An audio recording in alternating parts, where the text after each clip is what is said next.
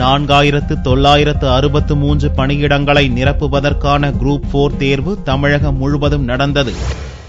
தட்டச்சர், வரைவாளர், இளநிலை உதவியாளர், நில அளவையாளர் உள்ளிட்ட 4963 காலியிடங்களை நிரப்புவதற்கான குரூப் 4 தேர்வு ஞாயிறன்று நடந்தது. இத்தேர்வை எழுத விண்ணப்பித்தவர்களில் 12,72,298 பேர் தகுதியானவர்களாக அறிவிக்கப்பட்டனர். சென்னையில் 263 தேர்வு மையம் உட்பட தமிழகம் முழுவதும் 4448 மையங்களில் இத்தேர்வு நடந்தது. சென்னை மாநில பள்ளியில் நடந்த தேர்வை தமிழ்நாடு அரசு பணியாளர் தேர்வாணைய பொறுப்பு தலைவர் பாலசுப்ரமணியன் பார்வையிட்டார். பின்னர் செய்தியாளர்களிடம் பேசிய அவர், இத்தேர்வு எழுத வயது வரம்பில்லை என்றும் கண்காணிப்பு பணியில் 72,551 பேர் ஈடுபட்டுள்ளதாகவும் தேர்வு மையங்களுக்கு சிறப்பு பஸ் வசதி செய்யப்பட்டுள்ளதாகவும் தெரிவித்தார்.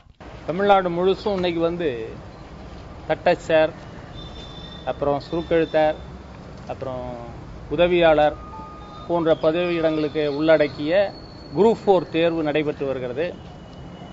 இதில் 4963 காலி இடங்கள் இருக்குது. தமிழ்நாடு முழுவதும் 12,72,298 பேர் இந்த தேர்வு எழுத அனுமதிக்கப்பட்டுள்ளார்கள். எங்கெல்லாம் தேர்வுகள் நடைபெறுகிறதோ அந்த தேர்வு நடைபெறுகிற பகுதிகளுக்கு எல்லாம் பேருந்து வசதிகள் அதிக அளவில் செய்யப்பட்டிருக்கிறது. அந்த பகுதி வழியாக செல்லும் பேருந்துகள் எல்லாம் டிஎன்பிசி ஸ்பெஷல் அப்படின்னு போட்டு பேருந்து வசதிகளும் செய்து கொடுக்கப்பட்டிருக்கிறது.